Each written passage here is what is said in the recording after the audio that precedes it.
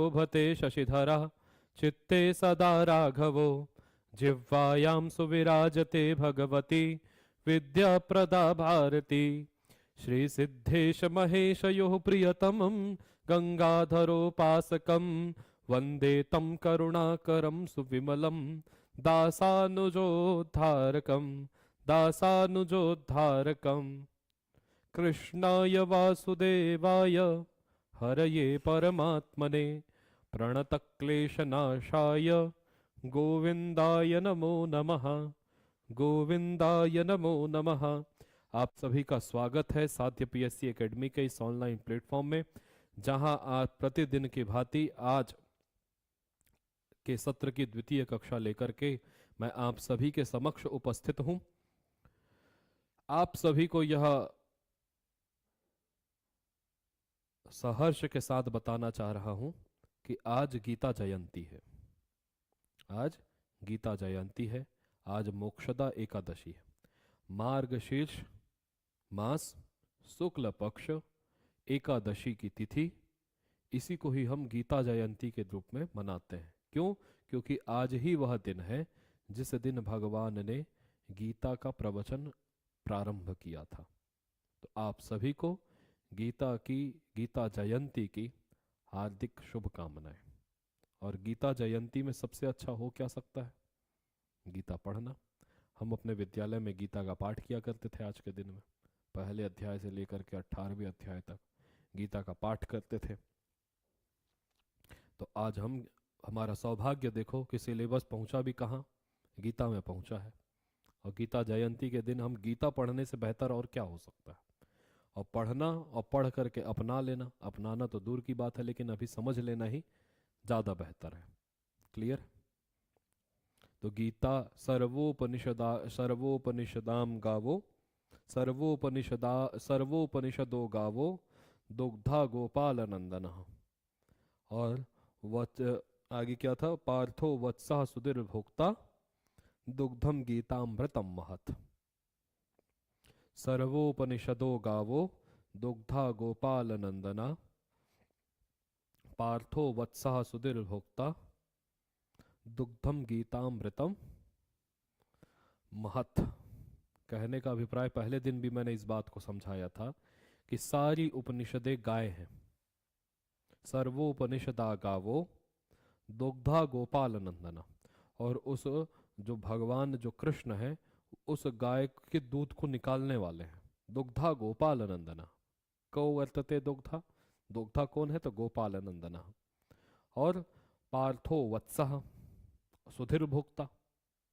पार्थ जो है वो वत्स है, बछड़ा है, क्योंकि उसी के कारण ये गीता निकल पाई है। जिस प्रकार दूध कब देती है गाय? जब उसका बछड़ा सामने में होता है। वरना बछड़े को यदि जब तक दूध नहीं पिलाने ले जाओगे तब तक वो वात्सल्य भाव जागृत नहीं होगा और दूध वो पिलाएगी नहीं। ठीक है ना? तो पार्थो वत्सः सुधीर भोक्ता दुग्धम गीतामृतम महत। इसीलिए गीता के अमृत रूपी दुग्ध जो है सभी को प्राप्त हुआ है। अगर कृष्ण ना होते और यदि पार्थ ना होते तो ये अमृत जो हम आज पान कर पा रहे हैं उन सबको हम प्राप्त नहीं कर पाते। ये तो हो गई सीरियस बात। अब एक बार क्या हुआ मुझे याद आ जाता है, श्लोक है ऐसा कि सर्वोपनिषदो गावो, सारी उपनिषद गाय हैं, और लिखे दोग्धा गोपाल नंदन। कि दोग्धा कौन है? दूध को दूहने वाला क्या होता है? दोग्धा। समझ में आ गया? अब एक बार एक चेला गया गुरुजी के पास पढ़ने के लिए, और पढ़ने गया तो बोला कि गुरुजी आज मेरे को आप कुछ पढ़ाइए। तो गुरुजी ने, अब जानते थे चेला तो मूर्ख है, तो गुरुजी ने कहा अच्छा चल बैठ कुछ पढ़ाता हूं। तो बोले गुरुजी ये नहीं पढ़ूंगा। अच्छा चल ये नहीं पढ़ेगा, और कुछ पढ़ाता। बोले गुरुजी ये भी नहीं पढ़ूंगा। तो बोले कि अच्छा ये भी नहीं पढ़ेगा। तो बोले, फिर बोला गुरुजी ये छोटी मोटी ग्रंथ क्या पढ़ा रहे हो? कोई ऊंचा ग्रंथ पढ़ाओ मेरे को, ऊंचा वाला ग्रंथ। तो बोले अच्छा क्या पढ़ेगा बता? गुरुजी गीता पढ़ाओ मेरे को। बोले ऊंचा ग्रंथ पढ़ाओ, गीता पढ़ाओ। तो बोले गुरुजी अच्छा बेटा गीता पढ़ेगा। बोले चल गीता पढ़ा। गीता पढ़ाता हूं तेरे को। बोले अब वो गुरुजी प्रारंभ कर रहे थे, तो किसी भी पुस्तक को पढ़ने से पहले महत्व बताया जाता है उसकी, महत्व। तो महत्व बताने लगे गुरुजी, और गुरुजी जो है महत्व बताते बताते ये श्लोक बोले, सर्वोपनिषदो गावो दुग्धा गोपाल नंदना, और वत्सो पार्थो वत्सा सुधीर भक्ता, गीता दुग्धम गीतामृतम महत, श्लोक बताए और इसका अर्थ बताए। अर्थ बताने के बाद में जो है पूरा गीता का पाठ चला। गुरुजी ने भयंकर देर तक 1 घंटा 2 घंटा पढ़ाया होगा। उसके बाद में बोले, बेटा समझ में आया? तो बोले बिल्कुल आया। तो बोले बता। तो बोले बता क्या समझ में आया? तो बोले गुरुजी ऐसा है, इस पूरे गीता में 2 गधा है। बोले तो बोले ये कब बताया? आप ही तो बोल रहे थे गुरुजी दोगधा दोगधा दोगधा। बोले 2 गधा 2 गधा 2 दोगधा को वो 2 गधा समझ लिया। तो बोले कि मेरे को यही समझ में आया कि पूरे गीता में 2 गधा है। बोले लेकिन आप बताए नहीं गुरुजी वो है कौन करके।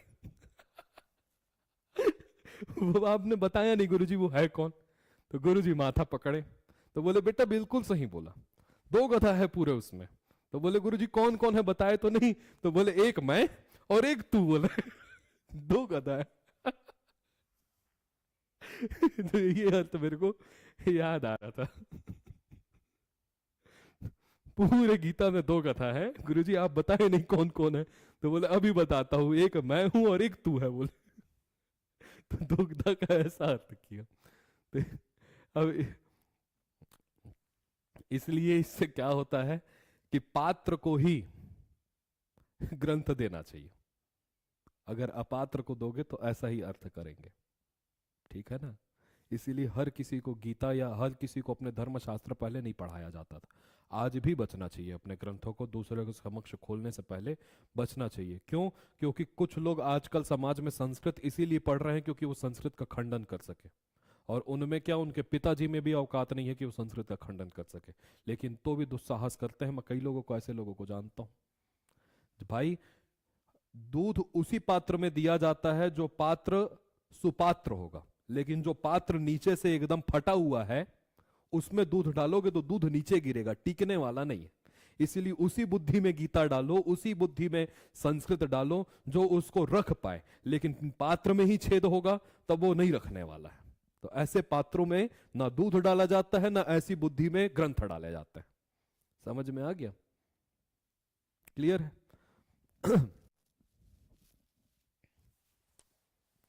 गीता बढ़िया लगता है मेरे को, जो बोलना है बोल डालो।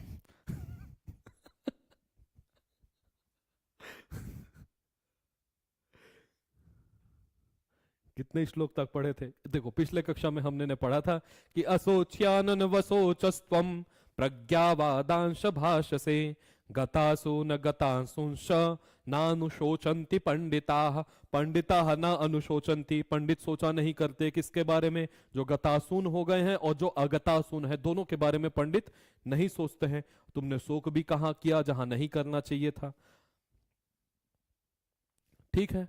फिर बोल रहे हैं कि ना तू अहम ना आसम जातु, मतलब किसी काल में मैं नहीं था, कि तू नहीं था, कि ये राजा नहीं थे, ऐसा नहीं बात है। और आगे ये सब नहीं होंगे, ऐसा भी नहीं है। सब रहेंगे, सब पहले भी थे।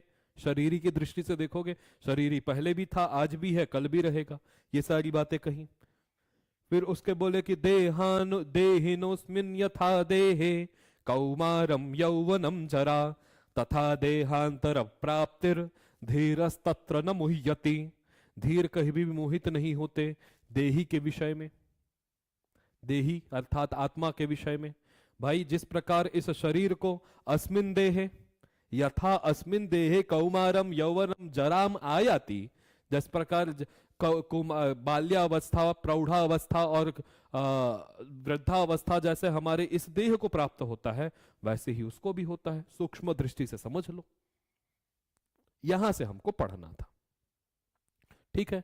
पहले श्लोक को ही हम लोग यहां पर थोड़ा सा देखेंगे, इससे पूर्व को, जिससे संगति बढ़ जाएगी, फिर उस संगति को आगे लेकर के चलेंगे। इन्होंने कहा कि देखो भाई, बात हो रही थी देह की, बताना था देही को, आत्मा को बताना था, लेकिन लौकिक उदाहरण के द्वारा इन्होंने सोचा कि जब बच्चा जो है, जब शुरू शुरू में नहीं समझता तो हम उनको छोटी छोटी बातों से सिखाते हैं कि देख बेटा, ये एक पेन, ये दो पेन, और एक दो मिलकर के दो हो गए। ये एक सेब, ये दो सेब, और ये दोनों मिलकर के दो हो गए ना। तो छोटी छोटी बातों से समझाते हैं। उदाहरण वही दिया जाता है जो प्रसिद्ध होता है। अब आत्मा तो प्रसिद्ध है नहीं, आत्मा तो सबके विषय में आता नहीं है, सबके ज्ञान में आता नहीं है। जो सर्वसामान्य हो वही उदाहरण के रूप में दिया जाता है, जो ताकि समझ जाए। ठीक है ना। अब उदाहरण ही ऐसा दे दो कि जो उसको पहले से ना पता हो तो क्या समझेगा वो। ठीक है ना। देखो, ये भी कड़वा है या ये भी नमकीन है, जैसे कि रामठ। अब रामठ ही नहीं पता है उसको, तो उदाहरण देने कोई मतलब ही नहीं है। लेकिन उसको बोलोगे ये भी कड़वा है, जैसे करेला, तुरंत समझ जाएगा। बात समझ में आया। अब बताओ, यहां पर जब अभी अर्जुन फंसा किस में हुआ है? शरीर में। भाई, ये मेरे पिता हैं, ये मेरे बांधव हैं, ये मेरे पितामह हैं, शरीर में फंसा हुआ है। तो उसको शरीर का उदाहरण दिए भगवान। बोले कि देखो, जिस प्रकार अस्मिन यथा मतलब जैसे, और तथा मतलब वैसे। जैसे अस्मिन देह, इस देह में, कौमारम आयाति, बाल्यावस्था है, यौवनम अवस्था है, जरा अवस्था है। एक जगह टीका तो नहीं ना। तो उसी प्रकार ये देह भी जो है, आज कभी इस देह में है, कभी उस देह में है। नदी के उदाहरण के मैंने से बाद में समझाया था उस दिन कि नदी का जल को देख, नदी के जल को देखो आप। कभी इस जल वही है, लेकिन समुद्र में जाने के बाद में हम बोलते हैं क्या कि ये गंगा का है कि यमुना का है, मोक्ष प्राप्त होने। तो धीर, इसमें धीर व्यक्ति जो है मोहित नहीं होते। आगे इन्होंने श्लोक बोला, इसी से जुड़ा जुड़ा बोलते हैं, बताते हैं। अब मैं ज्यादा व्याख्या नहीं करूंगा, आगे बढ़ते जाऊंगा मैं, है ना। व्याख्या करने में आज मेरे को ज्यादा समय नहीं गंवाना है, हमको 57 श्लोक तक पहुंचना है, चौथा भाग चल रहा है। तो बोल रहे हैं, मात्रा स्पर्शास्तु कौन्तेय शीतोष्ण सुख दुखदाः आगमापायिनो नित्यास् तांस तितिक्षस्व भारत। फिर से पढ़ो। मात्रा स्पर्शास्तु कौन्तेय शीतोष्ण सुख दुखदाः आगमापायिनो नित्यास् तांस तितिक्षस्व भारत। दो बार संबोधन किए। एक बार कौन्तेय बोल करके संबोधन कर रहे हैं, कुंती का पुत्र कौन्तेय, और एक बार भारत बोल के संबोधन कर रहे हैं। भरत के वंश में उत्पन्न हुए हम सब भारत है, भरतवंशी हम सब ही हैं, हम सब भारत हैं। ठीक है ना।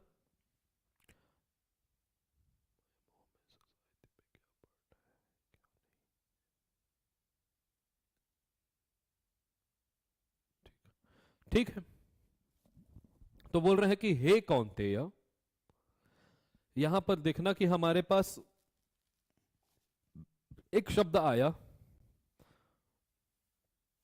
मात्रा स्पर्शाः। क्या शब्द आया है? मात्रा स्पर्शा।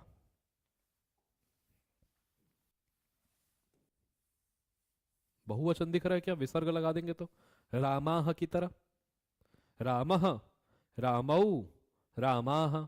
उसी प्रकार मात्रा स्पर्शः, मात्रा स्पर्शौ, मात्रा स्पर्शाः, और विसर्ग को रू स हो गया है। ठीक है ना। मात्रा स्पर्शास्तु कौन्तेय। तो हे कौन्तेय, ये तो संबोधन है। जो ये मात्रा स्पर्श है, अब मात्रा स्पर्श से हमको समझना है। मात्रा माने यहां पर होता है इंद्रिय। इंद्रिय हमारे पास ज्ञान इंद्रिय 5 है, कर्म इंद्रिय 5 है। तो बोल रहे हैं कि देखो, जिस प्रकार जैसे कि ये आंख है, कान है, नाक है, जिह्वा है, त्वचा है, जो ये 5 इंद्रिय है, और इन 5 इंद्रियों का विषय क्या होगा? जैसे कि आंख रूपी इंद्रिय का विषय है रूप, जिह्वा रूपी इंद्रिय का विषय है रस, कर्ण रूपी इंद्रिय का विषय है शब्द, नाक रूपी इंद्रिय का इस विषय है क्या? गंध, और त्वक रूपी इंद्रिय का विषय क्या है? स्पर्श। समझ में आ गया। तो मात्रा माने होते हैं इंद्रियां। मात्रा का मतलब यहां पर क्या है? इंद्रिय है। शांकर भाष्य में स्पष्ट लिखा हुआ है। मैं बहुत डिटेल से पढ़ रहा हूं, लेकिन डिटेल से बता नहीं रहा हूं मैं यहां, है ना। तो मात्रा का मतलब क्या है यहां पर? इंद्रिय। ठीक है ना। और स्पर्शाह, स्पर्श माने यहां पर लिया गया है विषय। और यहाँ पर मात्रायाः स्पर्शः इंद्रियों का विषय, षष्ठी तत्पुरुष समास हो गया है, ठीक है ना। तो मात्रा का विषय मतलब इंद्रियों का विषय, इंद्रियों का मतलब विषय मतलब क्या हो गया, ये रूप, ये गंध, ये स्पर्श, ये शब्द, ये सब के सब। मात्रा स्पर्श का मतलब इंद्रियों के विषय जो हैं, मात्रा स्पर्श का मतलब समझ गए ना, इंद्रियों का विषय जो है वो सुख दुखता, बहुवचन लगा है, सुख और दुख को देने वाले हैं। स्पर्श कर्ण के, कर्ण का जो ये है शब्द है, शब्द हो गया, या फिर आप ये स्पर्श हो गया, रूप हो गया, ये इंद्रियों के जितने भी विषय हैं बेटा, ये सब किसको देने वाले हैं, सुख और दुख को देने वाले हैं। या तो सुख देते हैं, कभी वही शब्द सुख देता है, स्पर्श कभी सुख देता है, स्पर्श कभी दुख देता है। अभी अभी ये स्पर्श मुझे दुख दे रहा है, लेकिन अगर यही गर्मी होती तो सुख देता। समझ में आ रहा है। कभी कभी किसी की बातें बुरी लग जाती हैं तो ये देता है क्या, दुख, और कभी कभी अच्छी लग जाती है तो वही देता है सुख। समझ में आ रही है बात? बात समझ में आ रही होगी, क्लियर है। तो ये सुख को दुख देने वाले, सुख और दुख देने वाले हैं। उसी ठीक उसी प्रकार जैसे शीतोष्ण सुख दुखदा, शीत माने ठंडा और उष्ण माने गर्म। तो यहां पर इसी का उदाहरण, जैसे कि शीत है, ठंडा जो है कभी सुख को देता है कभी दुख को देता है। शीत जो है वो ठंड में दुखी देगा, गर्मी में सुख देगा। उसी प्रकार उष्णता अभी सुख देगा ठंड के समय में, लेकिन गर्मी के समय में दुख देगा। उसी प्रकार जो मात्रा के स्पर्श है ना, इनको भी मात्रा के विषय अर्थात इंद्रियों के विषय को भी हमको समझना चाहिए। और हम क्या बैठे हुए हैं कि आंख हमारा हमेशा रहेगा, नहीं। हमारा कान हमेशा रहेगा, नहीं रहेगा। क्या हमारे रूप हमेशा रहेगा, नहीं रहेगा। क्या ये शब्द हमेशा रहेंगे, नहीं रहेंगे। क्या कभी स्पर्श हमेशा रहेगा, या सब त्वग इंद्रिय हमेशा रहेगी, तो नहीं रहेंगी ना। इसीलिए तो मैं बोल रहा हूं बार बार अनित्याह, बहुवचन लगा है, अनित्याह। अगर एक होता तो अनित्यः, दो होते तो अनित्यौ, और बहुत सारे हैं तो अनित्याह। तो बोल रहे हैं, अब देखो पूरा जमा लोगे कि अनित्याह मात्रा स्पर्शाह, जो अनित्य मात्रा स्पर्श है, अनित्य जो सुख और अनित्य जो इंद्रिय के विषय हैं, वो शीत और उष्ण के समान सुख और दुख को देने वाले हैं। ये अनित्य है। तो बताओ, आप भगवान से किसी ने पूछा होगा, आप कैसे बोल देते हो रे भैया कि अनित्य है? तो बोल रहे हैं अनित्य है, मैं उसके पीछे कारण भी तो बता रहा हूं।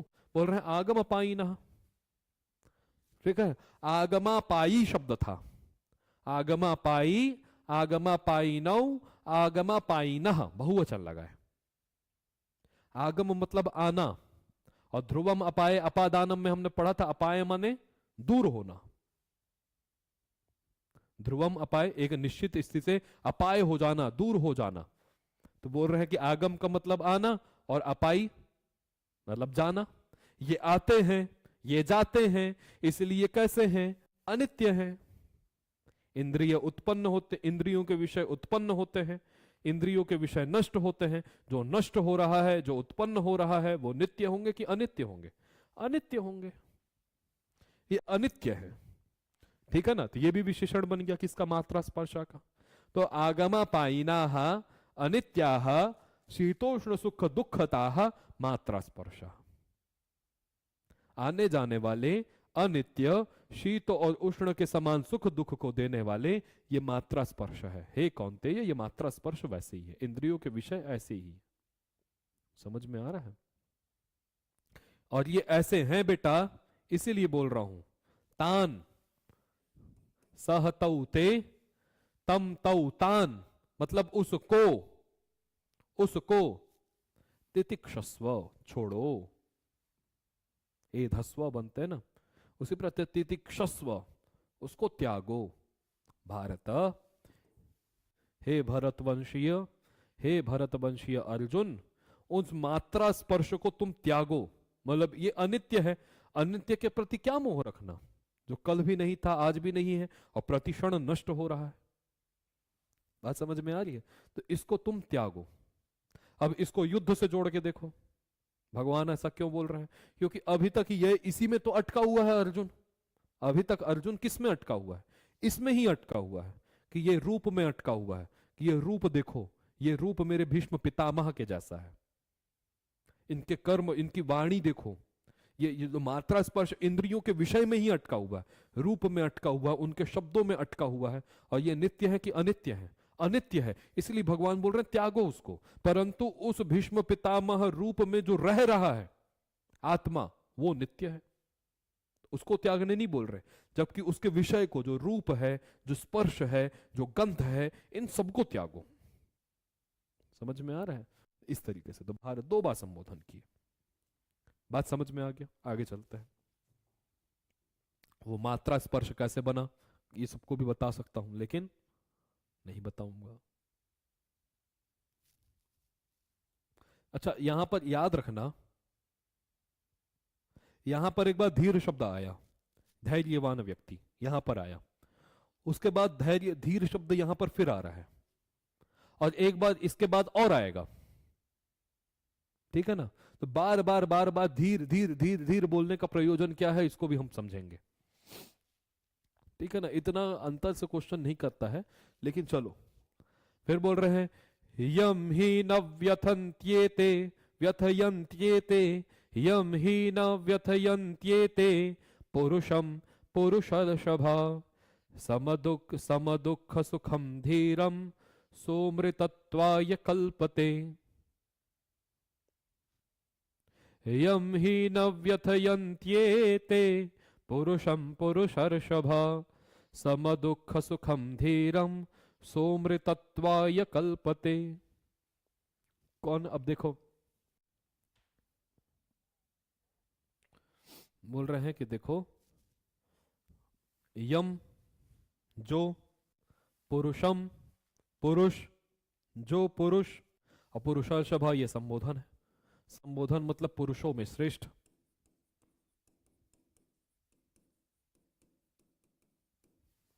अच्छा,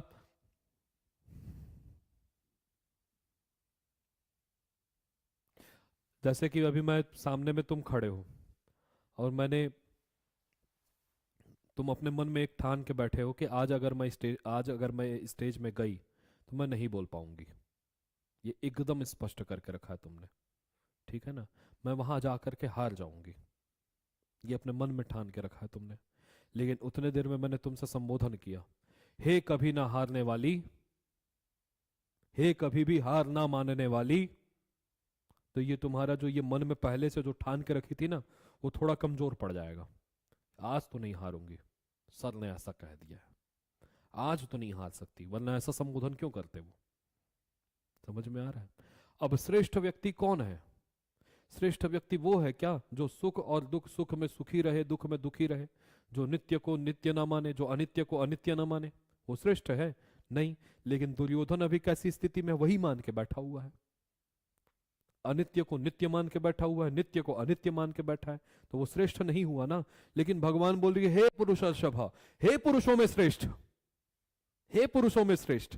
अब उसको समझ में आ रहा है कि भगवान मेरे को श्रेष्ठ बोल रहे हैं, मतलब मैं गलत समझ रहा हूं यार, मैं वो ऐसा नहीं समझ सकता। जैसा मैं समझ रहा हूं वो श्रेष्ठ व्यक्तियों का आचरण नहीं है।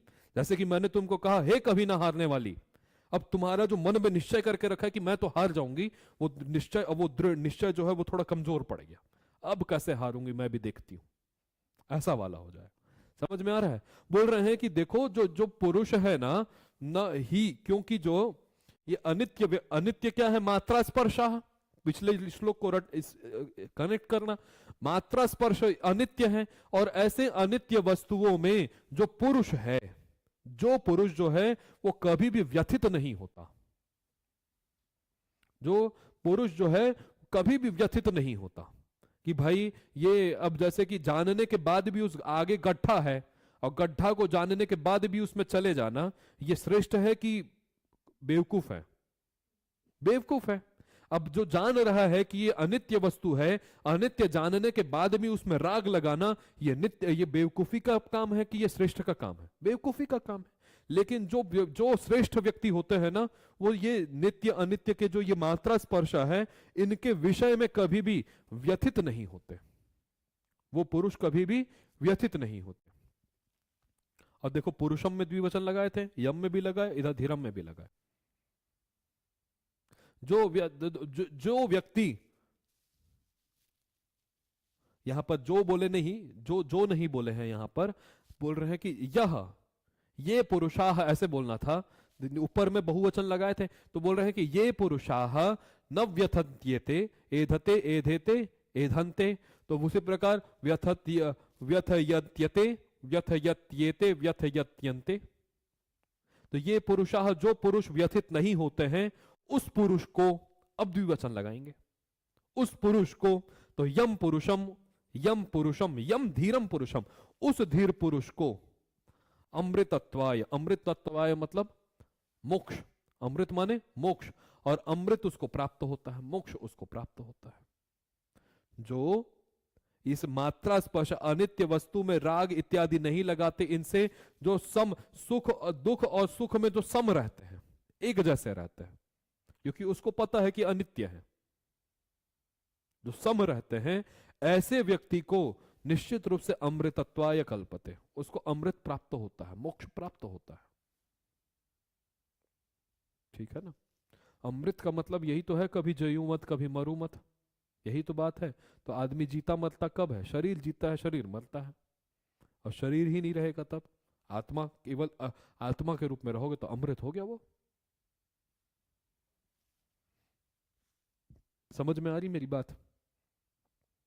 सुख दुख में हंसना रोना है काम कायरों का, एक है पंक्ति है, सुख दुख में हंसना रोना है काम कायरों का, दोनों में मुस्कुराना संतों से सीख जाए। दोनों में कैसे मुस्कुराया? क्योंकि संतों को यह भान है कि अनित्य है, दोनों मुस्कुरा रहा है। उनको ये पता है कि सुख भी अनित्य है, इसलिए ज्यादा दिन तक नहीं रहेगा, दुख भी अनित्य है, इसलिए वो भी ज्यादा दिन तक नहीं रहेगा। ठीक है, आगे बोले धीर। अब ये श्लोक तो बड़ा प्रसिद्ध है, याद कर लेना ऊपर वाली लाइन को। ना सतो विद्यते भावो ना भावो विद्यते सतः, उभयोरपि दृष्टोन्तस् त्वनयोस्तत्त्वदर्शिभिः। पढ़ते बन रहा है। अब हमारी स्थिति यही है, भगवान एकदम इतने सरल तरीके से कहते हैं और सार गर्भित बात कहते हैं। बोल रहे हैं कि देखो यहां पर 3 धातुओं का प्रयोग है, देखना। एक विद धातु दिख रहा है, एक अस धातु दिख रहा है, और एक जो है भू धातु दिख रहा होगा। उसके बाद फिर दिखेंगे भू धातु, विद धातु और अस धातु। ठीक है ना, समझ में आ रहा है? और तीनों का अर्थ जो है वो सत्ता होता है, विदज्ञाने, है ना, असत्तायाम ऐसे करके है, और भूसत्तायाम धातु तो है ही, होना अर्थ को बताते हैं। बताना मैं ये चाहता हूं यहां पर, बोल रहे हैं कि देखो, बोल रहे हैं कि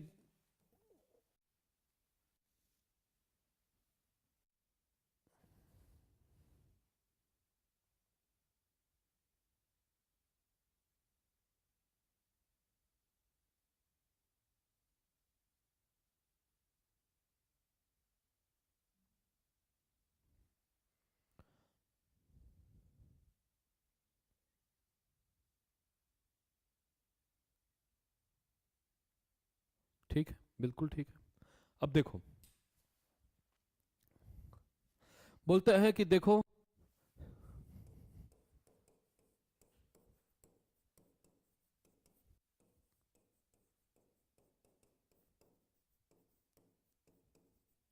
यही तो बात है।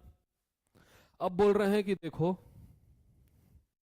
असतः, और यहां पर लिखा हुआ है ना असतः, ऐसा लिखा हुआ है, और ना असतो हो गया है।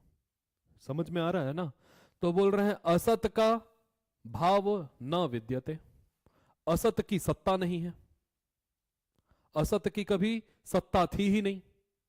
अगर सत्ता हमेशा, असत की सत्ता होती ही नहीं है। जो असत है, असत जो चीज असत है, जो चीज अनित्य है, वो कभी थी ही नहीं। वो हमेशा रहती है क्या? नहीं रहती है। लेकिन ठीक उसके विपरीत, और सतः अभावः न विद्यते, और सत का अभाव नहीं है।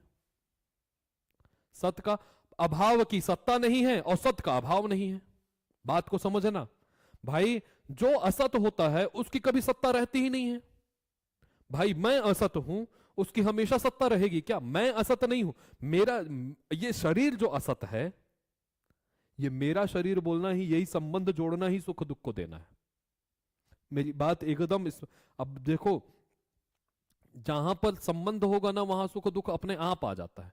मात्र स्पर्श दुख नहीं देते, शरीर के विषय, ये इंद्रियों के विषय जो दुख नहीं देते, इंद्रिय के विषय के साथ संबंध जोड़ देना दुख देता है।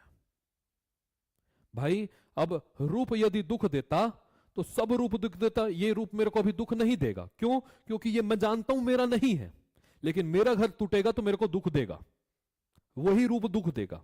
क्यों? क्योंकि मैंने उसने अपना ममत्व संबंध जोड़ के रखा था। बात मेरी समझ में आ रही है? उसमें जहां संबंध जुड़ेगा, मात्रा स्पर्श दुख नहीं देते, मात्रा स्पर्श के साथ जो हमारा संबंध जुड़ा है वो हमको दुख देता है, वो संबंध दुख देता है। अब ऐसे तो हजारों व्यक्ति रोज मर रहे हैं, लेकिन सबके मरने से दुख क्यों हो रहा है? नहीं हो रहा है ना। लेकिन कोई अपना चला जाएगा तो, कोई अपना, ये अपनापन ही तो दुख दे रहा है। समझ में आ रहा है? अब मेरा शरीर, तो ये मैं के साथ में जो मैंने अपने शरीर का संबंध जोड़ रखा है, यही दुख दे रहा है शरीर को। अब शरीर को दुख मिलता दुख शरीर को है, लेकिन लगता क्या है कि मुझे दुख मिला, तो मुझे आत्मा को दुख हो ही नहीं सकता रे भैया। आत्मा के साथ जो तुमने एकत्व भावना रख ली है शरीर का, वो दुख दे रहा है। तुम्हारा बैग फट जाएगा तो मुझे दुख नहीं होगा, लेकिन मेरा बैग होगा तो दुख होगा, क्योंकि मेरा ममत्व जुड़ा होगा उसके साथ। समझ में आ रहा है? तो ये ममत्व दुख दे रहा है। उसी चीज को यहां बोल रहे हैं कि जो जो जो असत है ना, जो जो हमेशा रहती ही नहीं, उसकी सत्ता होती ही नहीं। जैसे कि ये शरीर है, अब ये शरीर जो है वो पहले था, आज है? नहीं है। क्यों नहीं है? क्योंकि क्षण क्षण परिवर्तित हो रहा है, क्षण क्षण, हमको नहीं पता चलता है। कभी सिनेमा देखने गए हो?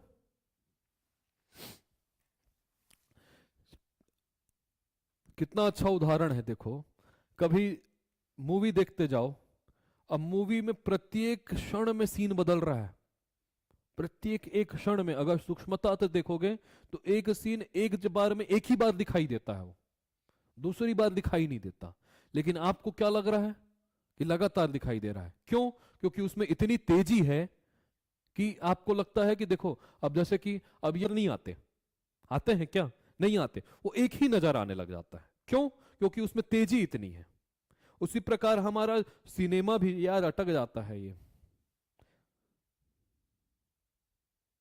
ये सिनेमा भी जो है वो पर हर एक ग्राफिक्स का, कभी कोई एडिटिंग करता होगा उनसे पूछना, हर एक क्षण में बदलता है, लेकिन वो इतना जल्दी होता है कि हमको पता नहीं चलता। उसी प्रकार ये शरीर भी क्षण क्षण क्षण क्षण बदल रहा है, लेकिन इतना जल्दी हो रहा है कि हमको पता नहीं चल रहा है।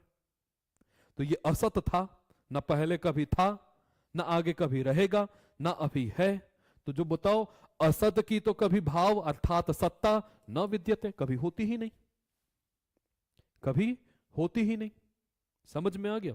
और बोल रहे हैं कि देखो, और सत जो नित्य है उसका कभी अभाव ना विद्यते, उसका कभी अभाव नहीं है, उसका कभी भी अभाव नहीं है। उदाहरण देखो, वह सुखी है, वह दुखी है, वह सुखी है, दुखी है, रोगी है, खुश है और धनवान है।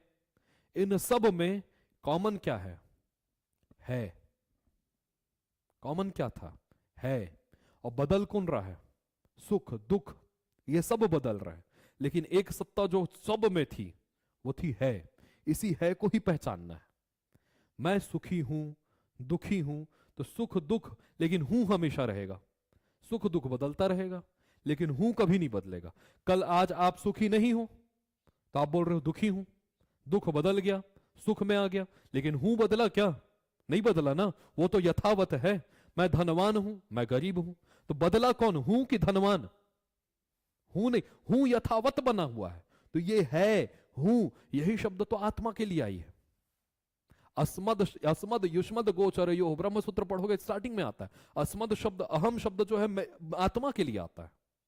तो ये मैं नहीं बदलता, कभी भी नहीं बदलता, कभी नहीं बदलता। बदलता कौन है? सुख, जो ये सुखी दुखी रोगी धनपति गरीब ये बदलते हैं, लेकिन है यथावत है। कॉमन क्या था? है, वो हमेशा रहेगा। तो इसका अभाव भी नहीं है कभी। जो सत था उसका कभी अभाव नहीं है। क्लियर है? ये मर गया है तो शरीर मर गया, लेकिन है तो है। समझ में आ रही मेरी बात? बोल रहे हैं कि देखो, इन दोनों भाव को जो समझ लेगा,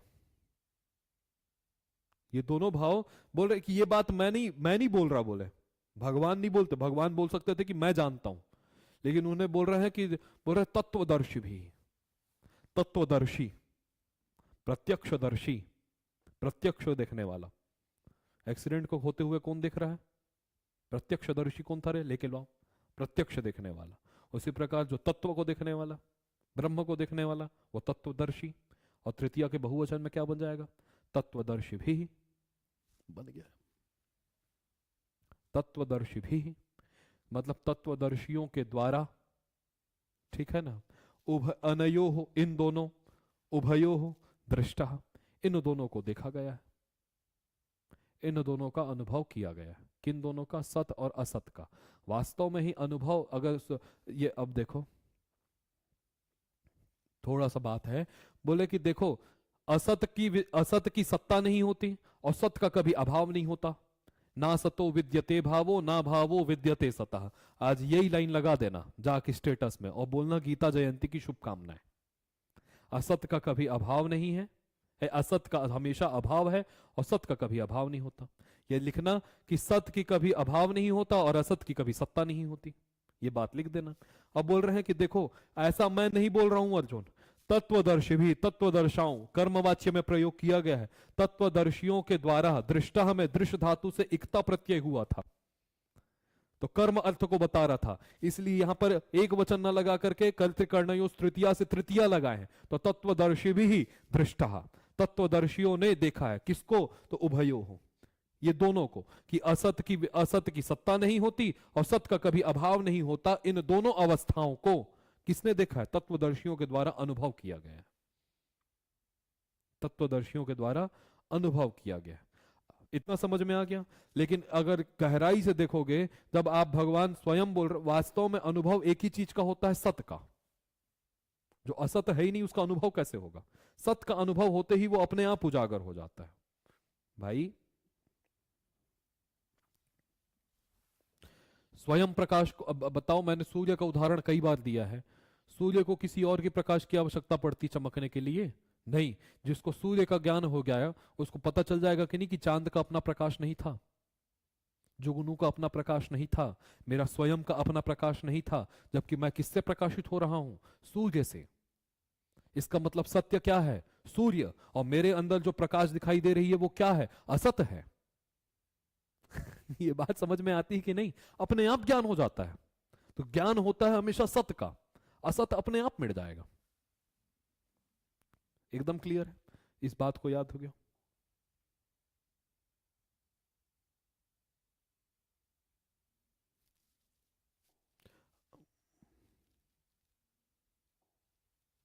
अब वो बता, अब देखो दो चीज ले आए वहां से भगवान ने दो चीजों की चर्चा की। किन किन चीजों की? सत की, असत की। अब वो सबसे पहले सत के बारे में बता रहे हैं भगवान। बोल रहे सत क्या है? अर्जुन ने पूछा होगा, बिना बताए बता दिए भगवान। कभी कभी चीज यहां अर्जुन पूछे नहीं तो भी बता रहे हैं।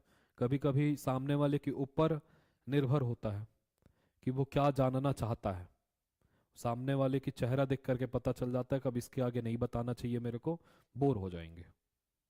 और कभी कभी सामने वाले का चेहरा देख के पता चलता है कि ये जानने की इच्छुक है, इसको बताना चाहिए ये बात। समझ में आ रहा है? गुरुजी खुश रहते हैं तो बहुत अच्छी बातें बता देते हैं, और दुखी रहेंगे तो नहीं बताते हैं। उसी प्रकार से बोल रहे हैं कि देखो, विद्धि मतलब उसको जान। विद्धि, विद्धि मतलब यहां पर ऐसे है, ऐसे लिखा हुआ है। और विद धातु मतलब जानना, और लोट लकार के मध्यम पुरुष के एक वचन में बनता है विद्धि, मतलब तुम जानो। मध्यम पुरुष एक वचन आया तो तुम अपने आप आ जाएगा ना, तुम विद्धि, तुम जानो। किसको जानो? बोल रहे उस सत को जानो, उस सत को जाने। बोल रहे हैं कि तत् तत् विद्धि, तत् यहां क्या है? तत्, और आगे है विद्धि, और तद विद्धि हो गया है, दिखाई दे रहा होगा। तत् मतलब उसको तू जान, उसको मतलब सत को जान। तत् विद्धि, उसको तुम जानो। वो कैसा है? तो बोल रहे हैं कि अविनाशी, जिसका कभी विनाश नहीं होता। सत के बारे में बता रहे हैं भगवान। वो सत कैसा है? जिसका कभी विनाश नहीं होता, अविनाशी है वो। ठीक है ना? और कैसा है?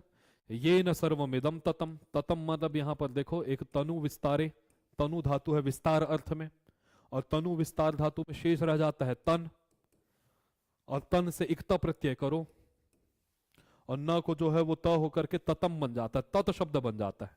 पुल्लिंग होगा तो ततः, स्त्रीलिंग होगी तो तता, और नपुंसक लिंग होगा तो ततम।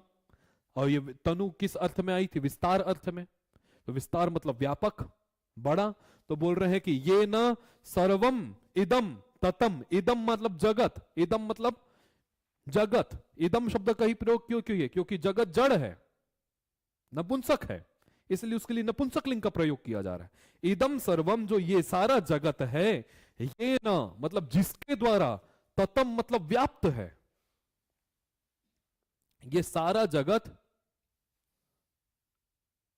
हाँ, जिस जो जो देखो, जो सारा जगत, सारा जो सर्वम इदम, सारा इदम मतलब ये जगत, ये सर्वम इदम ये न ततम, जिसके द्वारा व्याप्त है, वो कैसा है?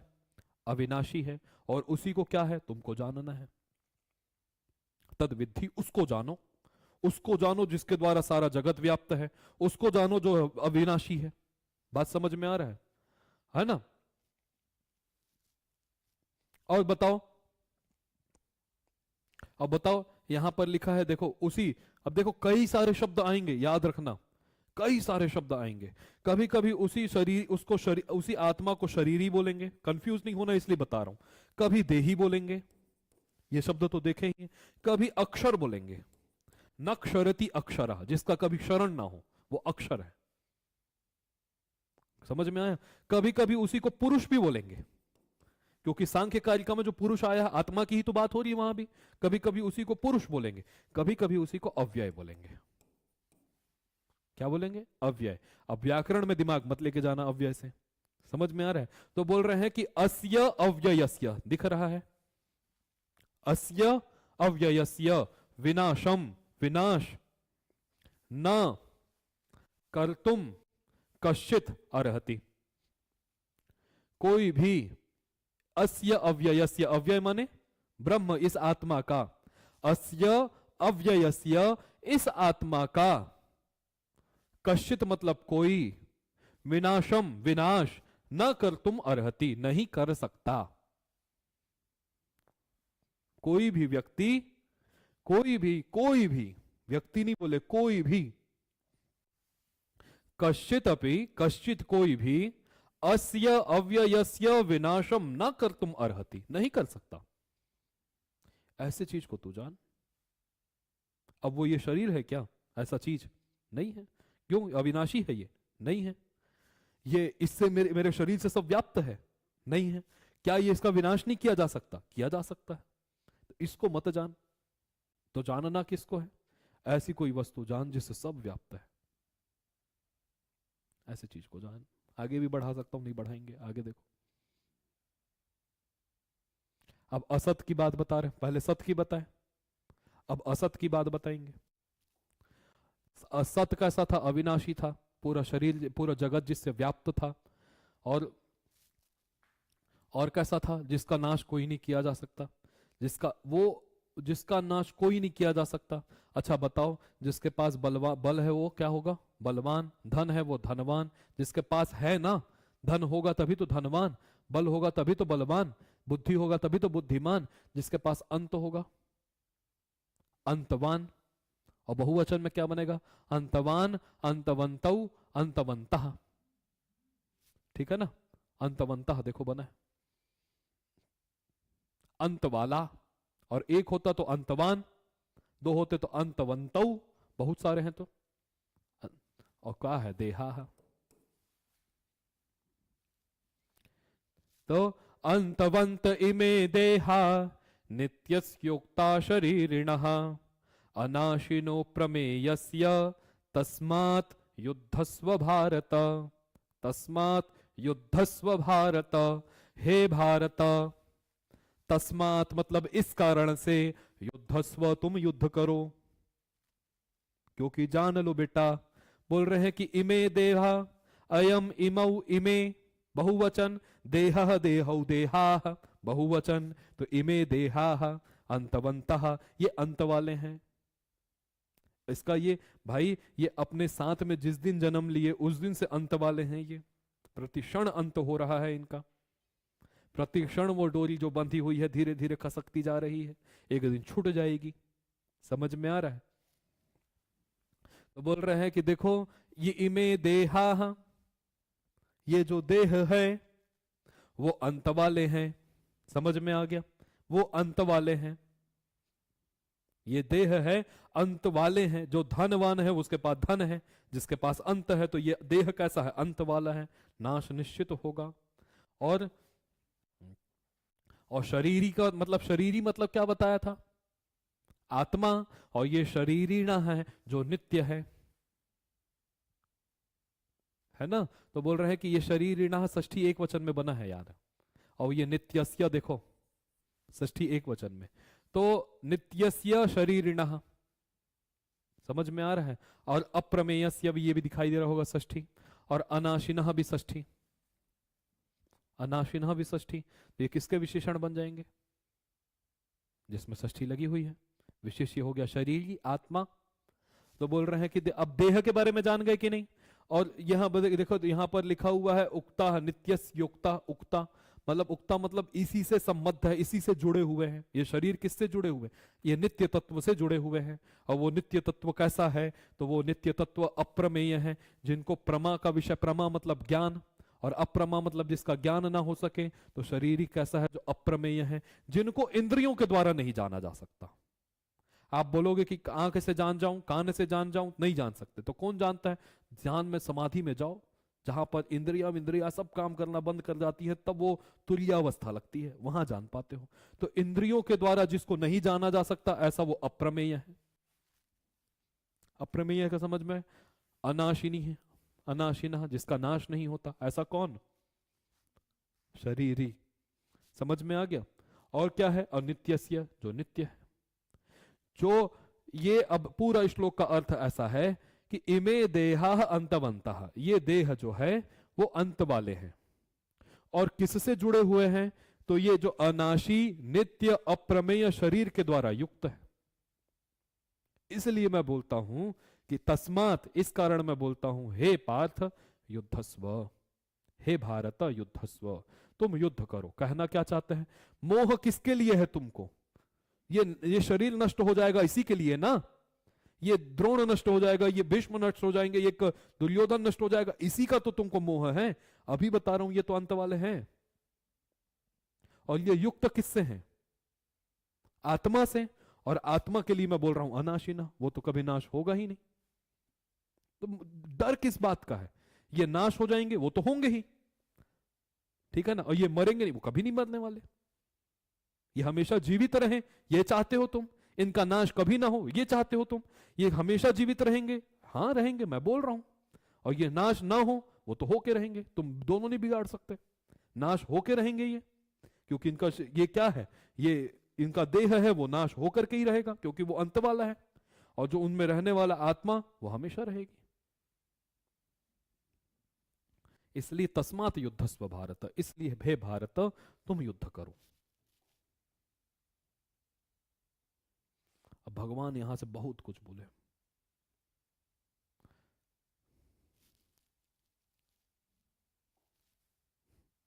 य ऐनं वेत्ति हंतारम यश्चैनं मन्यते हतम उभौ तौ न विजानीतो नायम हन्ति न हन्यते। अब बोल रहे हैं कि देखो, यह जो व्यक्ति ऐसा मानता है कि जो यह व्यक्ति जो ऐसा जानता है कि एनम हंतारम, यही हमारी हत्या करवाता है, ये आत्मा के द्वारा, आत्मा ही मारता है हमको, आत्मा ही मारता है। तो बताओ, ये आत्मा मारता है, हम लोग बोलते हैं ना आत्मा यहां पर है। अब इसको समझने के लिए थोड़ा सा बुद्धि लगाना पड़ेगा, इसको मैं कल लगवाता हूं। आज लगवाऊंगा तो फिर बताना चाहूंगा तो मैं ऐसे बता सकता हूं। हमने जब बताओ पुरुष पढ़ा था और एक प्रकृति पढ़ी थी, इसी को पृथ्वी को प्रकृति जगत है, या माया भी बोल सकते हैं इसी को। और पुरुष क्या था? आत्मा है, चेतन है, ये सारी चीजें पढ़े थे। कर्तापन किस में था? प्रकृति में। और पुरुष में अकर्तापन था, वो तो रहता है। क्रिया करती कौन है? प्रकृति करती है। इसीलिए जो आप बोलते हो कि आत्मा मरवा रही है, आत्मा कैसे मरवाएगी जब उसमें कर्तापन ही नहीं? बात समझ में आ रही? आत्मा कैसे मरवाएगी जब उसमें कर्तापन है ही नहीं? तो मरवाती कौन है? प्रकृति, और वो जड़ है। तो आज है, वो कभी कल नहीं रहेगी। प्रकृति नित्य है कि अनित्य है? अनित्य है। तो ना एनम वेत्ति, जो ऐसा व्यक्ति जानता है कि एनम हंतारम, ये हंता है, यही मरवाता है, जो ऐसा जानता है। यश्चैनम मन्यते हतम, या कोई व्यक्ति ऐसा जानता है कि ये यश्च एनम हतम मन्यते, जो इसको मरा हुआ समझता है। दो प्रकार के व्यक्ति मिल गए, जो ये समझता है कि यही मरवा रहा है, आत्मा ही मरवाती है, या आत्मा मर गया। एक प्रकार का व्यक्ति वो जो ये मान रहा है कि ये मरता है, ये मरवाता है, आत्मा मरवा रही है। आत्मा मरवा ही नहीं सकती क्योंकि उसमें कर्तापन होता ही नहीं। वो भाई, कर्तापन चंचलता कब आएगा? जब तीन गुण रहेंगे, और तीन गुण प्रकृति में मिलता है, ना कि पुरुष में। पुरुष तो निर्गुण है, तो निर्गुण है, सत्वरजतम है ही नहीं, तो क्रिया कहां से होगी? बात समझ में आ रही है? तो बोल रहे हैं ना ही यह किसी को मरवाता है, ना ही स्वयं हतम, जो इसको हन्यते मतम मन्यते हतम, जो इसको मरा हुआ समझ लेते हैं कि आत्मा मर गई। कुछ लोग ऐसा समझ लेते हैं। वो दोनों के उभौ तौ न, ये इस प्रकार उभौ दो, तौ सह तौ न विजानी, तो वो दोनों इसको, इस आत्मा को समझ ही नहीं पाए आज तक। उभौ तौ न विजानी, तो क्या नहीं समझ पाए? ना अयम हंती, ना ये कयम किसी को, ये ना ये स्वयं, ना ही ये खुद मरती है, ना हन्यते, ना किसी को मरवाती है। ना ये स्वयं मरती है, ना किसी को मारती है, ना किसी खुद मरती है। ये बात समझ ही नहीं पा रहे हैं हम, अभी भी नहीं समझ पा रहे हैं। दूसरी तीसरी बार गीता पढ़ेंगे तो और ये क्लियर होता जाएगा। पहली बार में समझ में आता ही नहीं है मेरे को इस चीज को। अभी जाऊंगा तो मैं अगली तीसरी और तीसरी चौथी बार पढ़ूंगा, 50वीं बार भी पढ़ूंगा तो ऐसा लगेगा कि मैं इसमें कुछ नया जाना हूं। लघु सिद्धांत आज भी मैं न जाने कितनी बार पढ़ा हूं, पढ़ाया हूं, लेकिन आज भी पढ़ाता हूं तो ऐसा लगता है कि मैं ये चीज नहीं जानता था। इस तरीके से इसके बाद बहुत अच्छे अच्छे श्लोक आने वाले हैं। ये तो श्लोक सुना होगा, न जायते म्रियते वा कदाचिन नायं भूत्वा भविता वा नुभूया अजो नित्यः शाश्वतोऽयं पुराणो न हन्यते हन्यमाने शरीरे। फिर इसके बाद श्लोक आएगा, वेदा विनाशिनम नित्यम या एनमजमव्ययम कथम स पुरुषः पार्थ कम घातयति हन्तिकम् वसांसि जीर्णानि यथा विहाय नवानि गृह्णाति नरोपराणि तथा शरीराणि विहाय जीर्णान् यन्यानि संयाति नवानि देहि नैनं छिन्दन्ति शस्त्राणि नैनं दहति पावका न चैनं क्लेदयन्त्यापो न शोषयति मारुता अच्छेद्योऽयमदाह्यो य मक्लेद्यो शोष्य एव च नित्यः सर्वगतस्थाणु अचलोऽयं सनातन। सनातन शब्द का यहाँ अर्थ आएगा। ठीक है, कल देखेंगे इसके आगे। क्यों, आज के लिए यही तक। गीता जयंती की आपको फिर से शुभकामनाएं। हर हर महादेव, जय सिया राम।